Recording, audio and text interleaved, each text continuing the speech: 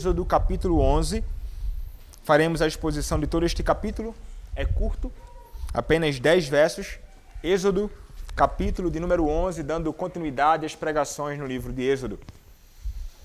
Diz assim a palavra do Senhor: Disse o Senhor a Moisés: ainda mais uma praga trarei sobre Faraó e sobre o Egito, então vos deixará ir daqui. Quando vos deixar, é certo que vos expulsará totalmente. Fala agora aos ouvidos do povo que todo homem peça ao seu vizinho e toda mulher à sua vizinha objetos de prata e de ouro. E o Senhor fez que o seu povo encontrasse favor da parte dos egípcios. Também o homem, Moisés, era muito famoso na terra do Egito aos olhos dos oficiais de Faraó e aos olhos do povo. Moisés disse: assim diz o Senhor, cerca de meia-noite passarei pelo meio do Egito, e todo primogênito na terra do Egito morrerá, desde o primogênito de Faraó que se assenta no seu trono, até o primogênito da serva que está junto a Mó, e todo o primogênito dos animais. Haverá grande clamor em toda a terra do Egito, qual nunca houve nem haverá jamais. Porém, contra nenhum dos filhos de Israel, desde o homem até os animais, nem ainda um cão rosnará, para que saibais que o Senhor fez distinção entre os egípcios e os israelitas. Então todos estes teus oficiais descerão a mim e se inclinarão perante mim, dizendo: sai tu e todo o povo que te segue. E depois disto sairei. E ardendo em ira se retirou da presença de Faraó. Então disse o Senhor a Moisés: Faraó não vos ouvirá, para que as minhas maravilhas se multipliquem na terra do Egito. Moisés e Arão fizeram todas estas maravilhas perante Faraó, mas o Senhor endureceu o coração de Faraó, que não permitiu saíssem da sua terra os filhos de Israel. Amém. Podem se assentar. Vamos orar ao Senhor. Senhor Deus bendito, a tua palavra está aberta. Rogo a ti, Senhor, neste momento que o Senhor me use com graça na pregação da tua palavra, que eu seja instrumento teu. Ó Deus, usa-me com intrepidez e com ousadia na exposição das tuas verdades. É o que eu te peço, em nome de Cristo, o teu bendito Filho. Amém. Coisas terríveis acontecem neste mundo e coisas várias que muitas vezes nos assombram. Quando nós olhamos para eventos como, por exemplo, o evento que tem acontecido ali no Rio Grande do Sul, com tantas enchentes, com tanta água invadindo casas, invadindo terrenos, invadindo tudo, todo lugar em que a água pode escorrer ou passar, nós contemplamos coisas desta natureza e ficamos alarmados, porque trata-se de eventos que envolvem a destruição de muitas coisas, até mesmo a morte de muitas pessoas. E isto se torna uma notícia que chama a atenção em tantos lugares e nós, até mesmo aqui distantes, ficamos comovidos com coisas desta natureza. E entre essas coisas que acontecem lá, há coisas que podem nos levar a se questionar quanto à justiça de Deus, por exemplo. Hoje pela manhã, por volta das 4 e pouca da manhã, estava falando com um amigo meu, pastor Arnaldo Matias Neto, que é um pastor amigo meu, que estudou comigo no seminário, hoje pastoreia lá. Ele mora justamente em Canoas, onde tem acontecido muitos problemas. E ele me confidenciou uma coisa, ele disse: olha, Rafa, aqui aconteceu o seguinte, ele vai dar um exemplo de um caso. Ele disse assim: alguns homens com jet ski, com barcos andando pelo rio, pela enchente, né? E encontraram 2 criancinhas que estavam precisando de socorro. Eles socorreram elas, botaram num barco, no jet ski, alguma coisa assim, por cima da água. E uma das crianças disse: olha, pega aquela boneca ali para mim. Na água, boiando, né? Só via as costas. E então, quando eles se aproximaram e foram pegar, era um bebê. Um bebê boiando nas águas. Ali, morto.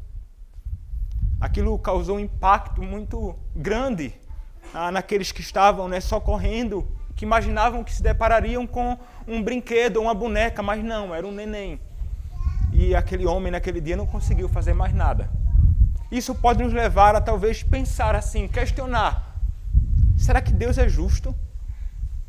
Muitas pessoas talvez se questionem Será que Deus é justo? Como é que um Deus justo pode permitir que uma criança tão pequenina possa ter a sua vida ceifada? Como é que um Deus tão bom, como é dito por tantas pessoas, pode permitir que algo tão grave aconteça com um pequenino assim, sem culpa nenhuma?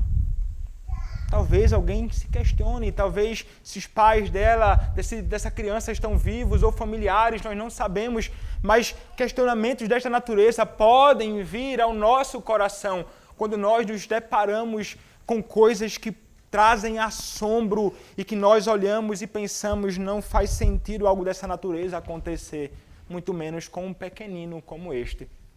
Não sabemos, irmãos, se era o primogênito de alguém, não sabemos se era... Não sabemos, não importa, mas sabemos que certamente algo que tem trazido grande dor para aqueles que ali estão. E quando nós olhamos, irmãos, para a Escritura e temos visto como o Senhor tem lidado com o Egito, nós chegamos finalmente ao anúncio do que seria a 10ª praga.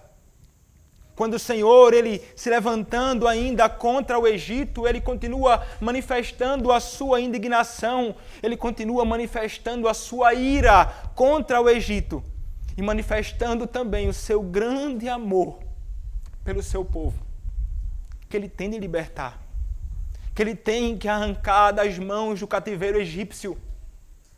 Mas o Senhor vem dando demonstrações da sua justiça e também da sua misericórdia. Ele oferece e concede ocasião para que Faraó e os homens possam se arrepender dos seus pecados, libertando-os.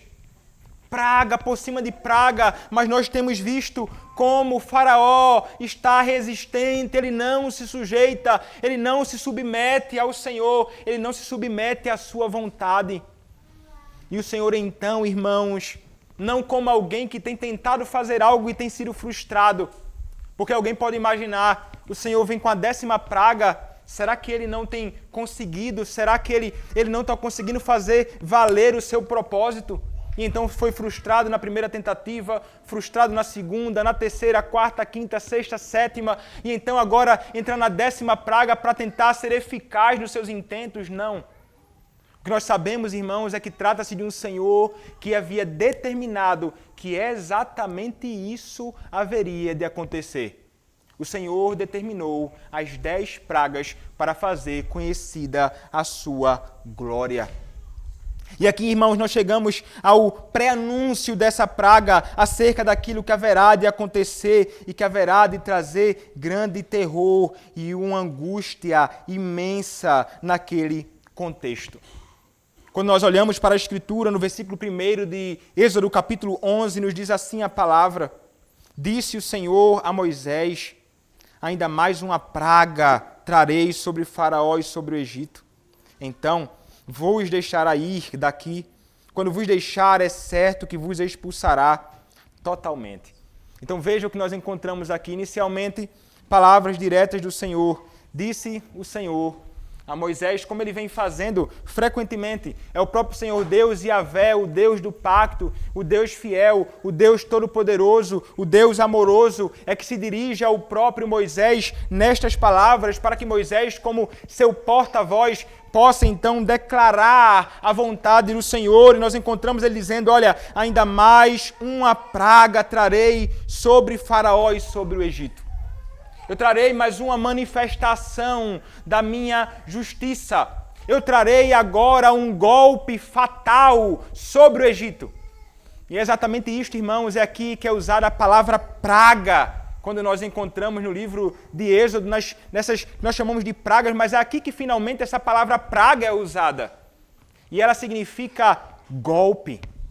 O Senhor trazendo um golpe fatal sobre o Egito, manifestando ali a sua grande insatisfação com toda injustiça praticada, contra toda rebeldia promovida pelo próprio Faraó no Egito, que não se sujeita ao Senhor.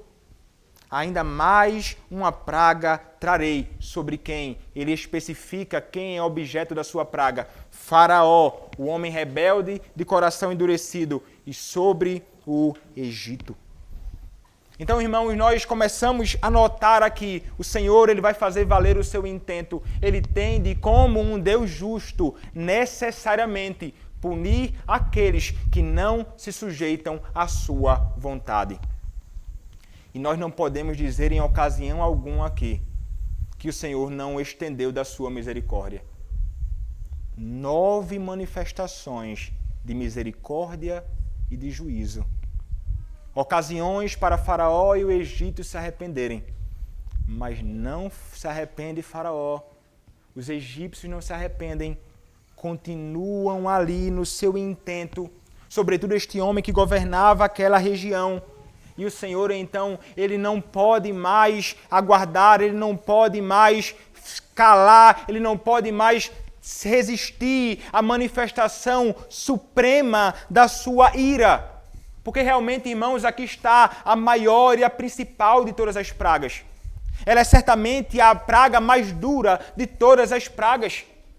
E ela então está aqui, iniciando com esse pré-anúncio daquilo que haverá de acontecer, e nós veremos essa praga ainda chegar no próximo capítulo, quando a ira do Senhor haverá de cair literalmente sobre eles. Mas aqui está um anúncio do Senhor, mas ele está dizendo diretamente a Moisés: estenda a mão, seja meu instrumento para isto. Saibamos, irmãos, e nós veremos isso aqui, o Senhor, ele sempre vai ter de agir. E ele sempre vai punir aqueles que não se sujeitam a ele. Em alguma ocasião, no momento devido, ele haverá de manifestar a sua ira. Muitas vezes se estende a sua paciência, mas um dia isso se esgotará.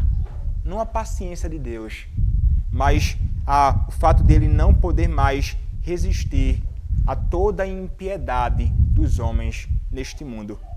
Foi ali no Egito, e nós podemos estar certos que essa é a realidade sobre nossa nação, sobre o mundo.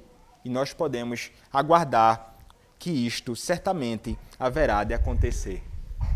Mas o Senhor então, ele declara para ele: olha, eu vou fazer isto, eu vou cair com a praga, com um golpe duro. Então, vos deixará ir daqui.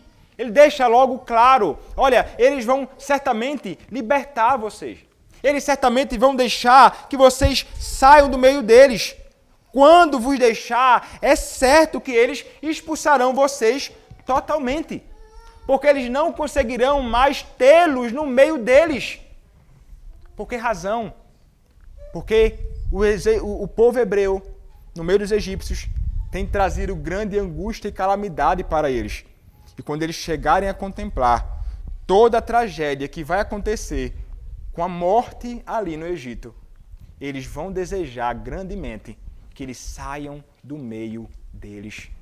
Porque o povo hebreu, o próprio Moisés como instrumento do Senhor, seria para eles ali como cheiro de morte para a morte.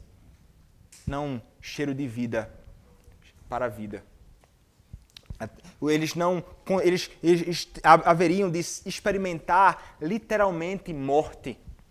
E no caso de muitos, morte espiritual, não somente física. Quando eles se deparam com tantas advertências, e eles terão de, querendo ou não, fazer a vontade do Senhor. De um Deus que, independentemente de todo o esforço dos homens, de toda a rebeldia deles, ele vai descer a sua mão e vai fazer prevalecer a sua própria vontade. Eles não suportarão o povo do Senhor ali em meio a eles. Haverá então de desejar que eles saiam, que eles desapareçam, expulsando-os do meio deles. E é exatamente isto, irmãos, que o mundo ele sente toda vez que o povo do Senhor, através das advertências, através da sua palavra, comunicam expressamente a vontade de Deus. Os homens, eles ficam grandemente incomodados, eles ficam grandemente perturbados, eles querem de fato que saiamos de entre eles, porque de algum modo trazemos angústia para eles, angústia para a alma deles, quando nós anunciamos a vontade do Senhor e convidamos os homens ao arrependimento dos seus próprios pecados e falamos acerca de um Deus que é justo e que haverá de condenar os homens. não são poucos os que não querem ouvir e não são poucos os que querem nos expulsar do meio deles, ainda que o que façamos no testemunho do Evangelho e da vontade do Senhor seja uma demonstração de misericórdia para com os perdidos. Ali então, irmãos, ele estava anunciando, Moisés sabia dessa realidade, Moisés tem a expectativa certa, ele sabe, eles haverão de sair totalmente, nenhum do povo ficará ali. Então ele diz, verso 2, fala agora aos ouvidos do povo, que todo homem peça ao seu vizinho e toda mulher à sua vizinha objetos de prata e de ouro. Veja que coisa interessante. Agora estavam aquelas pessoas lá, estavam escravizados há 430 anos. A primeira geração já morreu. Outros certamente estavam ali dentro e nasceram escravos, estavam escravos há décadas. E certamente nunca foram objeto do favor dos egípcios em ocasião alguma. Mas é interessante vermos que o texto nos diz que o Senhor vai ordenar a Moisés, olha, fala ao povo, a todos, que ele vá até o seu vizinho e peça a mulher, a outra mulher, a sua vizinha, objetos de prata e ouro, bens materiais que vocês possam então tomar para si e levar. Talvez alguém parasse e pensasse assim, mas como assim? Que favor é esse que eu vou encontrar? Como é que eu posso me sujeitar a isso? Mas é interessante, porque o texto nos diz que eles fizeram certamente isto. E o versículo 3 nos garante, e o Senhor fez que o seu povo encontrasse favor da parte dos egípcios. Também um homem, Moisés, era muito famoso na terra do Egito, aos olhos dos oficiais de Faraó e aos olhos do povo. Perceba, ele diz, olha, façam isto, eles certamente fizeram, e eles acabaram recebendo o favor, porque o Senhor conduziu tudo isso a fim de que eles encontrassem favor da parte dos egípcios. Foi Deus quem conduziu todo este processo. Mas o próprio Senhor já havia determinado anteriormente que algo dessa natureza certamente haveria de acontecer. Olhe, por exemplo, o que diz a palavra em Gênesis. Gênesis, capítulo 15, versos 12 a 14, diz assim a palavra do Senhor. Ao pôr do sol, caiu profundo sono sobre Abraão e grande pavor e cerradas trevas o acometeram. Então lhe foi dito, sabe com certeza, que a tua posteridade será peregrina em terra alheia, e será reduzida à escravidão, e será afligida por 400 anos. Mas também eu julgarei a gente que tem de sujeitar-se, e depois sairão com grandes riquezas. O Senhor já havia dito isso a Abraão muito tempo atrás, e nós encontramos o cumprimento das palavras de um Deus que não pode mentir. Vocês serão escravizados 400 anos, mas vocês sairão com riquezas. E aqui nós contemplamos o cumprimento da promessa de Deus. Aquilo que ele diz com respeito ao seu povo, aquilo que ele promete para a sua própria igreja, como revelado na sua própria palavra, onde nós encontramos as promessas do nosso Deus, certamente haverão de se cumprir e nós não podemos ter dúvidas disto.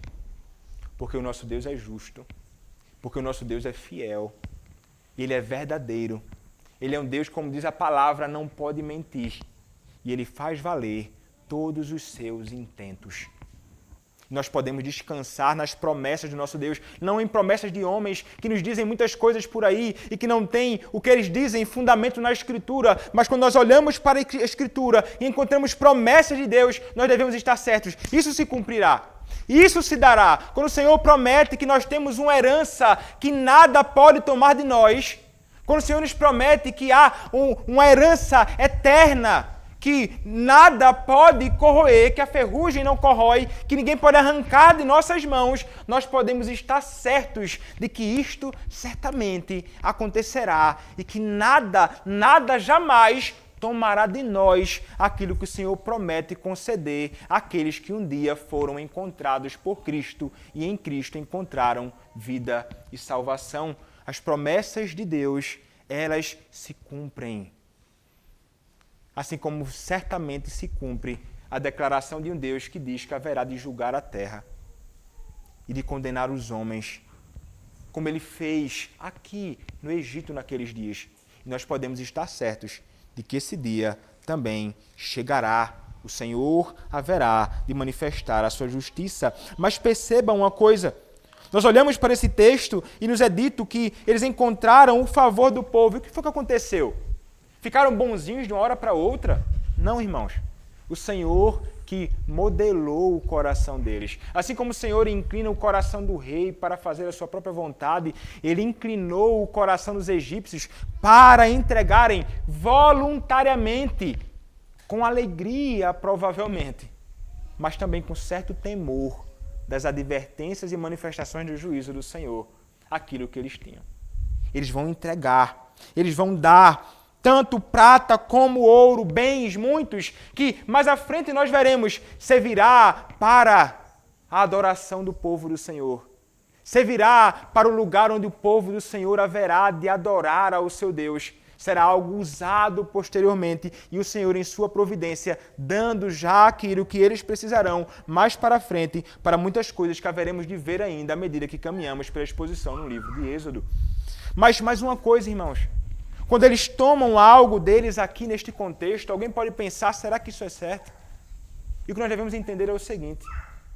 Aqui acontece como alguns comentaristas vão dizer, uma espécie de pagamento devido para o povo do Senhor, que passou 430 anos escravizados sem nenhum tipo de benefício. E eles estão recebendo a justa paga por todo o trabalho que eles fizeram, escravos, angustiados nas mãos dos egípcios. E agora recebem, certamente até muito pouco daquilo que eles poderiam receber com justiça, de todo o sofrimento e de toda a riqueza que eles já ajudaram a promover naquele contexto no Egito. Mas nós podemos pensar também o seguinte: o Senhor Deus, ele é aquele que está em guerra contra Faraó e contra o Egito. Faraó se levantou como um inimigo do Senhor, estabelecendo um verdadeiro conflito. E em toda a guerra que havia, sempre o vencedor levava os espólios. Levavam os despojos dos outros inimigos, daqueles que eram vencidos.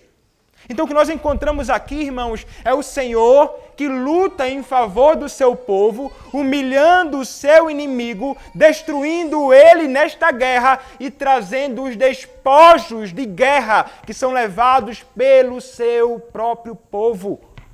Isso nos mostra então que o povo do Senhor, na força do seu Senhor, venceu o seu inimigo.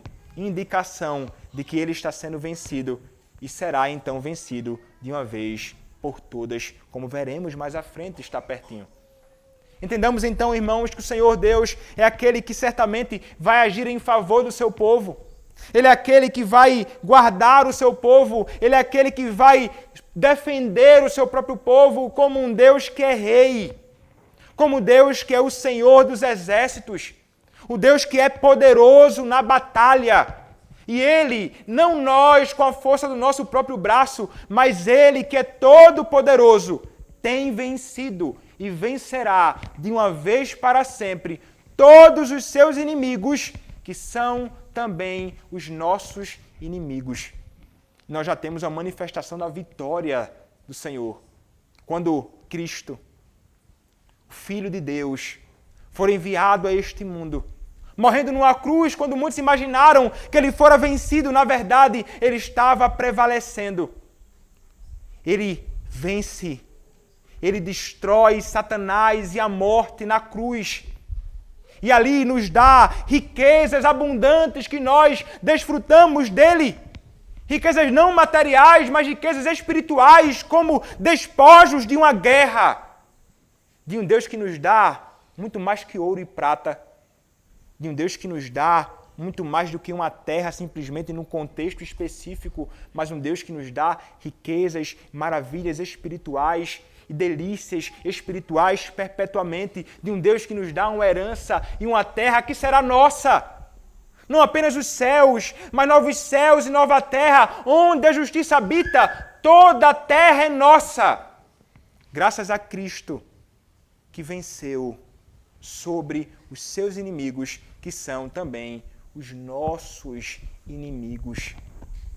Um Deus que é rei, que vence, que lança, humilhando os seus inimigos, que são nossos inimigos também. E o Senhor declara a sua vitória. Eles deram tudo o que tinham, prata e ouro para o povo do Senhor. E é interessante, o texto nos diz também, o homem Moisés era muito famoso em toda a terra do Egito, aos olhos de todos. E porque a fama, este homem era instrumento do Senhor. Este homem fez prodígios e maravilhas ali. Era uma fama que certamente trazia para muitos angústia, porque tratava-se de um homem que estava sendo instrumento do Senhor e o seu nome era conhecido ali. O seu nome era famoso, mas não era uma fama que atribuía glória somente para o próprio Moisés. Era a glória de Deus ali. O Senhor é que estava se fazendo famoso em meio ao Egito. O Senhor, ele diz que seria glorificado. Em meio às suas maravilhas no Egito, a glória é do próprio Senhor quando ele vence aqueles que são seus inimigos. Isto é uma realidade que é experimentada ali no Egito. Esta é uma realidade que é experimentada também. E será de modo mais claro no grande e glorioso dia do Senhor, porque toda a glória, toda a fama será do nosso Senhor Deus, o único que deve ser realmente objeto de toda a fama e louvor em razão dos seus grandes prodígios. Então isso acontece ali, irmãos, esses 3 primeiros versos nós temos estas declarações, mas então, agora nós veremos o que haverá de acontecer a partir do versículo 4. O versículo 4 nos diz, Moisés disse, assim diz o Senhor, cerca da meia-noite passarei pelo meio do Egito. Verso 5, e todo primogênito na terra do Egito morrerá, desde o primogênito de Faraó, que se assenta no seu trono, até o primogênito da serva, que está junto a Mó, e todo primogênito dos animais. Haverá grande clamor em toda a terra do Egito, qual nunca houve, nem haverá jamais. Aqui está, irmãos, estão as palavras que ele haveria de dizer para o próprio Faraó no Egito, e veja, assim diz o Senhor, cerca da meia-noite. E a ideia aqui, irmãos, é no momento da escuridão, apontando para a ideia de trevas. É justamente aquilo que eles haverão de experimentar no juízo do próprio Deus. E ele diz então, passarei pelo meio do Egito. O próprio Senhor haveria de fazer isto. Passaria pelo meio do Egito à meia-noite. E ele então diz, e todo primogênito na terra do Egito morrerá. Todo primogênito, desde o filho primogênito de Faraó, até o filho da serva mais simples no reino do Egito, aquela que estava junto a Mó, todos morreriam. Primogênitos deles, da pessoa mais próspera, do mais poderoso, a pessoa mais humilde e simples, seu filho primeiro ou filha primeiro, neném, criança maior, jovem ou adulto, haveria de morrer. E não somente eles, mas até mesmo o primogênito dos animais. E ele diz, olha, eu vou cair com isto, isso haverá de acontecer, e será grande o clamor na terra do Egito. Que praga terrível, que golpe terrível o do Senhor. Nós olhamos para isto e ficamos, nós até mesmo crentes, grandemente admirados. Olhamos para isso e pensamos como algo dessa natureza pode acontecer. E veja, irmãos, para os egípcios, a ideia de primogenitura era algo muito importante. Porque eles pensavam na sua dinastia, do filho primogênito que haveria de continuar conduzindo o reino, do filho primogênito que haveria de continuar fazendo com que a sua posteridade pudesse ser estendida em toda a terra. Mas diz o Senhor, eu vou ferir o primogênito. E veja, irmãos, isso não é algo que o Senhor disse agora. O Senhor já havia predito isso muito antes. Volta alguns capítulos. Êxodo capítulo 4, versos 22 e 23. Olha o que diz a palavra do Senhor. Diz assim, dirás a Faraó, assim diz o Senhor, Israel é meu filho, meu primogênito, Digo-te, pois, deixa ir meu filho, para que me sirva. Mas se recusares deixar ir, eis que eu matarei teu filho, teu primogênito. Perceba que o Senhor Deus, então, ele havia pré-anunciado bastante tempo antes o que haveria de acontecer. O Senhor, então, está aqui voltando e retribuindo com justiça aquilo que Faraó fez. O que Faraó fez? Oprimiu, feriu, destruiu o primogênito de Deus. Quem? Israel, o seu povo. Agora, o Senhor vai fazer o quê? Uma vez que ele não se arrependeu, uma vez que ele não voltou atrás, uma vez que ele não deu ouvidos à advertência do Senhor, o Senhor cai agora ferindo os primogênitos. Não somente dele, mas de todos os outros que eram igualmente culpados de rebeldia e rebelião ao próprio Senhor. Mas talvez você olhe para isto e pense, mas como assim, pastor? Não seria injusto o Senhor fazer algo desta natureza? Irmãos, de modo nenhum. É interessante porque até mesmo a própria palavra mais à frente vai cantar esses eventos, porque eles louvam a Deus, porque Deus é justo. Você pode ler depois o Salmo de número 78, verso 51, onde vai ser mencionado o fato do Senhor ferir os primogênitos, como também no Salmo de número 136, verso de número 10, as misericórdias do Senhor estendidas sobre o povo. Misericórdia esta revelada na sua justiça contra os homens maus. Mas talvez você seja comovido pelo fato de pensar crianças de braço provavelmente foram mortas. E tantos outros. Isso pode nos levantar a questionar, como talvez alguém pode estar questionando lá no sul, diante de tantas tragédias, pensando, será que Deus é justo? Será que Deus é justo ao permitir que uma criancinha tão pequenina como esta morra afogada? Será que Deus pode ser ainda considerado como um Deus justo quando ele cai com toda a fúria, destruindo tantos ali no Egito? Nós podemos dizer, irmãos, sem qualquer medo de errar, o Senhor Deus é justo. E todos os homens são culpados. O Senhor é justo. E todos, do menor ao maior, são culpados. Culpados de quê? De transgredir a lei deste Deus que é justo. Do menor ao maior, todos são pecadores. Do menor ao maior, todos são réu de morte. Do menor ao maior, como diz o salmista no Salmo 51, verso 5, salvo engano, Davi vai dizer, eu nasci em iniquidade e em pecado me concebeu minha mãe.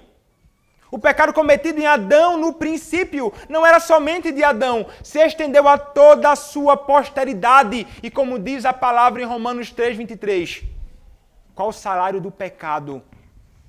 O salário do pecado é a morte. O Senhor é justo quando Ele tira a vida de alguém, até mesmo daqueles que são pequeninos. O Senhor, Ele é justo e Ele é o Deus da vida e Ele é também o Deus da morte. Tudo isto está em suas próprias mãos e Ele soberanamente faz isto. Mas não podemos nunca imaginar que Deus não é justo. Aquela criança é culpada de pecado e o Senhor poderia tirar a sua vida no primeiro fôlego. E Ele assim ainda seria justo. Nós somos culpados. Olha a palavra do Senhor o que diz, Salmo 36, verso 9. A palavra do Senhor nos diz assim. Salmo de número 36, verso 9 diz assim: pois em ti está o manancial da vida, na tua luz vemos a luz. É o Senhor que é o Deus que sustenta tudo e Ele quem dá vida. É dele que vem o manancial da vida. Mas olha o que diz Deuteronômio capítulo 32, a partir do versículo de número 39. Deuteronômio capítulo 32, a partir do versículo de número 39. A palavra do Senhor diz assim até o verso 41. Vede, agora, que eu sou, eu somente, e mais nenhum Deus além de mim. Eu mato e eu faço viver. Eu firo e eu saro, e não há quem possa livrar alguém da minha mão. Levanto a mão aos céus e afirmo por minha vida eterna: se eu afiar a minha espada reluzente e a minha mão exercitar o juízo, tomarei vingança contra os meus adversários e retribuirei aos que me odeiam.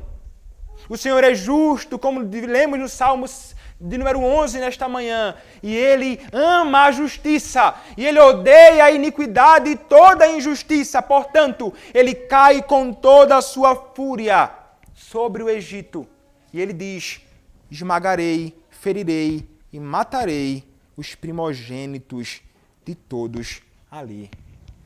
Irmãos, saibamos, a nossa vida, a vida de todos os homens neste mundo, estão nas mãos do Senhor. E é Ele quem não somente dá o ar que respiramos, mas Ele também é aquele que pode fazer cessar. E nunca podemos permitir que o nosso coração seja elevado a ponto de imaginarmos que o Senhor é injusto. Ele nunca será injusto. Se Ele tira alguém da nossa vida, se Ele tira o seu filho, alguém amado por você da sua vida, saiba que você deve reconhecer que o Senhor deu, como Jó dizer, e o Senhor tomou. Bendito seja o nome do Senhor.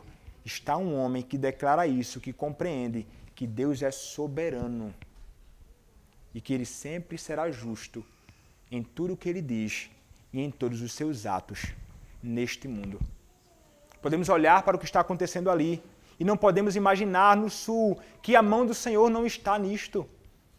A mão do Senhor está nisso. Deus é soberano e não há nada que aconteça se não for por sua vontade. E tudo o que tem acontecido ali é decreto e vontade do Senhor e pode ser a manifestação de juízo temporal de Deus. E nós podemos declarar: o Senhor é justo. Ainda que clamemos, suplicando ao Senhor, Senhor, faz cessar tudo isso, mas podemos chegar ao final dizendo que a vontade santa do Deus, que é justíssimo, foi executada. E o seu nome, em toda circunstância, como nestas, deve ser louvado para todo o sempre. O Senhor, então, não foi injusto. Aquelas crianças que ali morreram, aqueles homens, outros que morreram, os primogênitos todos que morreram, mereciam a justa paga pelos seus próprios pecados. O Senhor executou a sua justiça. E veja, ele vai dizer, haverá um clamor imenso. Ele diz, verso 6, haverá um clamor em toda a terra do Egito, qual nunca houve, nem haverá jamais. E é interessante o que acontece aqui, porque quando a gente olha mais para trás, no capítulo 3 de Êxodo, verso de número 7, a palavra diz assim, disse ainda o Senhor, certamente vi a aflição no meu povo que está no Egito, e ouvi o seu clamor. Por causa de quê? Dos seus exatores. Conheço-lhe o sofrimento. E agora, então, o que é que o Senhor está contemplando? O que é que o Senhor vai provocar como a justa retribuição pelo mal deles? Eles haveriam de clamar, como o povo do Senhor clamou em meio ao sofrimento. Agora haverá choro em toda a terra do Egito. Os ímpios lamentando a morte dos seus filhos. E os ímpios podem chorar a morte dos seus filhos, porque é algo grandemente doloroso. E quando e como eles podem encontrar consolo? Eles só poderiam encontrar consolo se eles voltassem os seus olhos para o Senhor, mas permanecem endurecidos, lamentam, como muitos em nossos dias. Lamentam, choram a morte dos seus filhos, mas são muitos que mesmo em meio a ocasiões como estas, permanecem com seus corações endurecidos e não se sujeitam ao Senhor. É o que está acontecendo ali. Eles vão lamentar, eles vão chorar. Grande aflição, certamente, é perder um filho. E certamente só o conceber essa ideia, só de você pensar isto, certamente traz grande angústia, você certamente nem quer pensar em algo desta natureza. Mas foi exatamente isto que o próprio Senhor fez ali na terra do Egito. Enquanto os egípcios estavam sob a ira de Deus, o que é que está acontecendo com o povo do Senhor? Verso 7 nos diz a palavra: porém, contra nenhum dos filhos de Israel, desde os homens até os animais, nem ainda um cão rosnará, para que saibais que o Senhor fez distinção entre os egípcios e os israelitas. O Senhor, ele faz distinção. Veja, ele se revela como o Senhor soberano, ele se revela como o Senhor da vida e o Senhor da morte. Ele vai cair com ira, ele vai ali, naquele contexto, também humilhar os falsos deuses, como nós temos visto. E havia ali, como diz um comentarista, o Deus dos mortos para os egípcios. Era um Deus chamado Osíris, cujo nome significava o poderoso, aquele que tem poder soberano. Seu assistente era Anubis, o deus do submundo. Anubis supervisionava o processo de embalsamamento e guiava os mortos durante a sua passagem para o pós-vida. Ele se apresentava em forma canina, o que pode explicar em parte, neste verso que acabei de ler, a referência a cachorros no versículo 7, parte A. Contra nenhum dos filhos de Israel, desde os homens até os animais, nem ainda um cão rosnará. Os israelitas não seriam tocados pela morte, demonstrando assim que Anubis não tinha poder sobre eles. A morte dos filhos do Egito, por sua vez, demonstraria que o Deus de Israel era o Senhor sobre a vida e o Senhor sobre a morte. Ele humilha os falsos deuses. Ele diz: eu sou o soberano. Eu vou ferir vocês. Ele disse: Faraó, se você vir e se deparar comigo novamente, você vai morrer. O Senhor vai dizer: eu vou mostrar quem é que é Senhor para tirar a vida e para dar vida. Enquanto ele mata e vai fazer isto com os egípcios, ele preservará aqueles que são seus. Ele é aquele que vai guardar, diz o texto, ele fará distinção entre os egípcios, os ímpios, e os israelitas, o seu povo. Nós encontramos, irmãos, uma coisa que é clara. O Senhor aqui nos mostrará neste texto que Ele é um Senhor que não faz acepção, mas Ele é um Deus que faz distinção. Ele não faz acepção de pessoas no sentido de não fazer separação entre um branco ou um negro, um americano, um brasileiro, um indiano ou o que seja. O Senhor é aquele que salva. Não importa qual seja a sua cor, classe social, etnia, país, raça, não importa o que seja. O Senhor, ele não faz acepção de pessoas. Não importa quem seja, grau, o que for, ele salva a todos indiscriminadamente. Mas o Senhor faz distinção entre aqueles que pertencem a Ele e aqueles que não pertencem a Ele. Ele faz distinção entre os eleitos e os réprobos. E o que é que ele faz então aqui? Ele declara que ele haverá de estar com o seu povo e que aquela praga não alcançaria nenhum dos judeus, nenhum dos hebreus, nenhum do seu povo eleito. Isso aqui, irmãos, aponta para a gloriosa doutrina da soberania de Deus na salvação de pecadores indignos. Porque estes, irmãos, eles não foram separados por Deus porque eram mais poderosos, mais fortes, melhores. Absolutamente nada disso. Como nos ensina Deuteronômio capítulo 7. A partir do verso 6, nos diz assim a palavra: porque tu és um povo, tu és povo santo ao Senhor, teu Deus. O Senhor teu Deus te escolheu para que ele fosses o seu povo próprio de todos os povos que há sobre a terra. Não vos teve o Senhor afeição, nem vos escolheu porque fosseis mais numerosos do que qualquer povo, pois éreis o menor de todos os povos, mas porque o Senhor vos amava. E para guardar o juramento que fizera a vossos pais, o Senhor vos tirou com mão poderosa e vos resgatou da servidão, do poder de Faraó, do rei do Egito.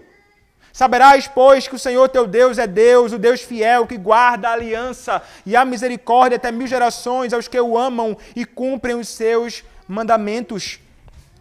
E dá paga e dá o pago diretamente aos que o odeiam, fazendo-os perecer. Não será demorado para com o que o odeia, prontamente lhe retribuirá. Guarda, pois, os mandamentos e os estatutos e os juízos que te mando cumprir.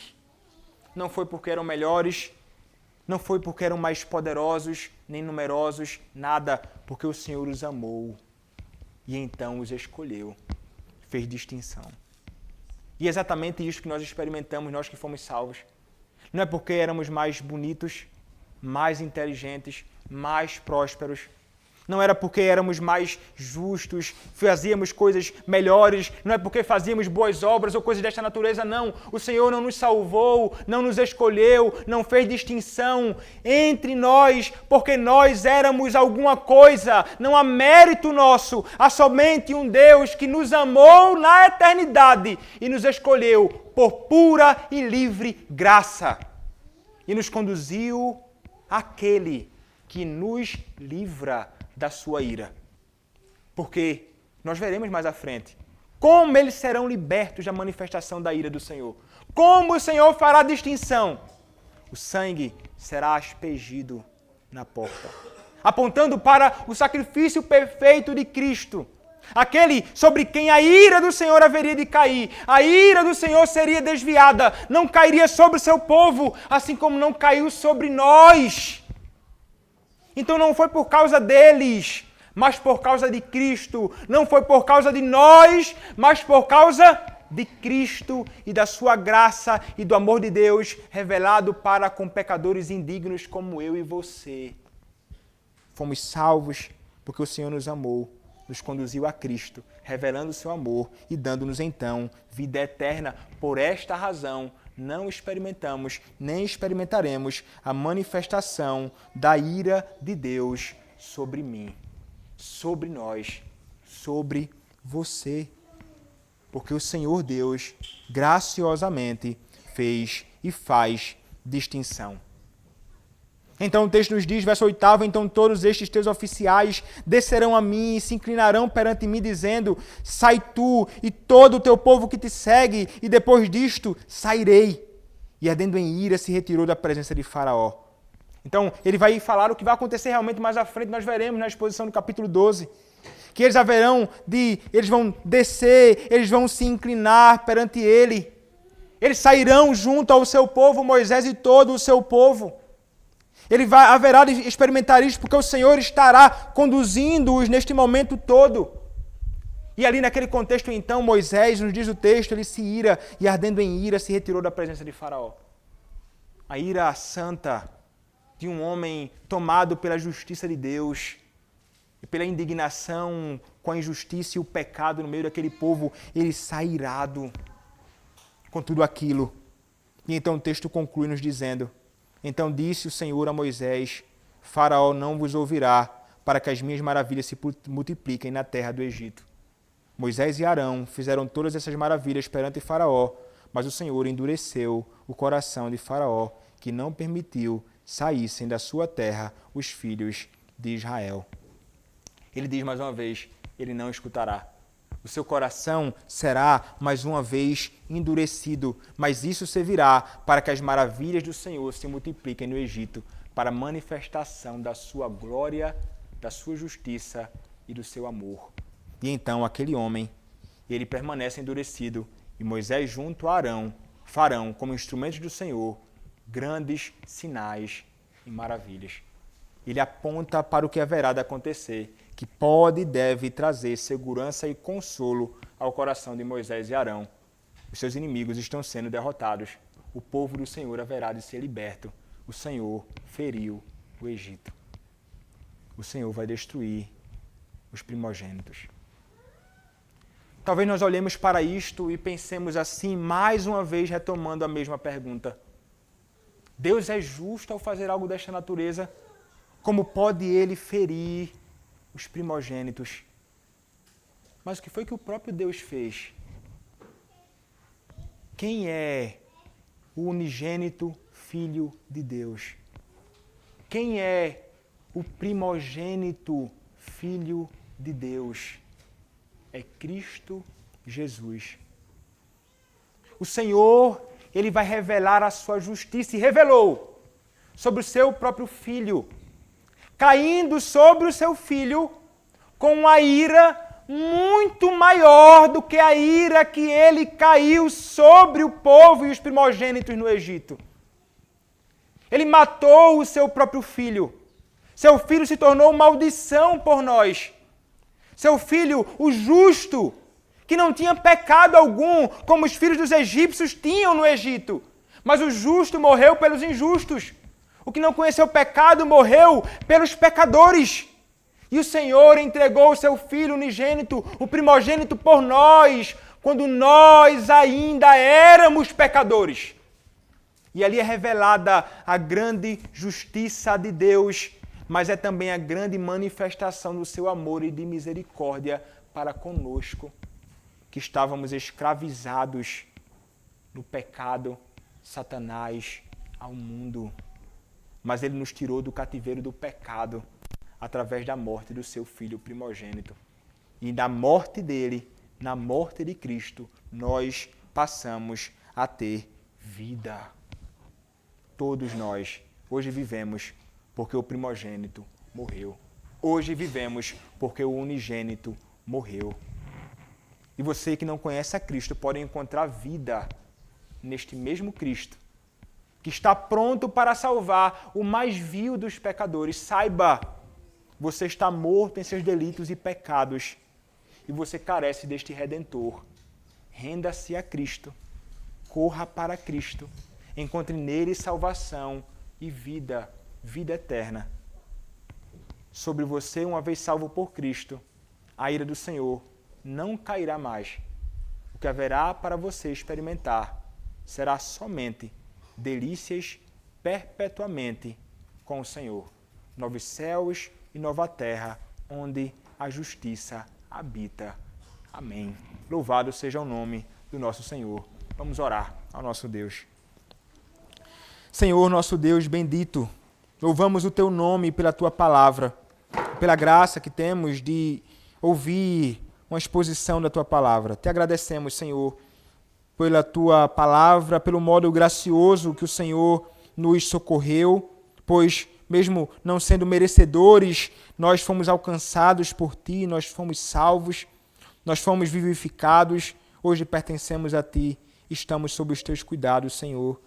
Ó Deus, tem misericórdia daqueles que ainda sob a Tua ira estão, que eles possam, Senhor, se arrepender dos seus pecados, que eles possam correr para Cristo, se refugiando nele, porque somente em Cristo há refúgio para o dia da Tua glória, porque um dia, sabemos, o Senhor virá e o Senhor destruirá todos os seus e nossos inimigos, mas que eles possam correr para Cristo e possam encontrar salvação nele.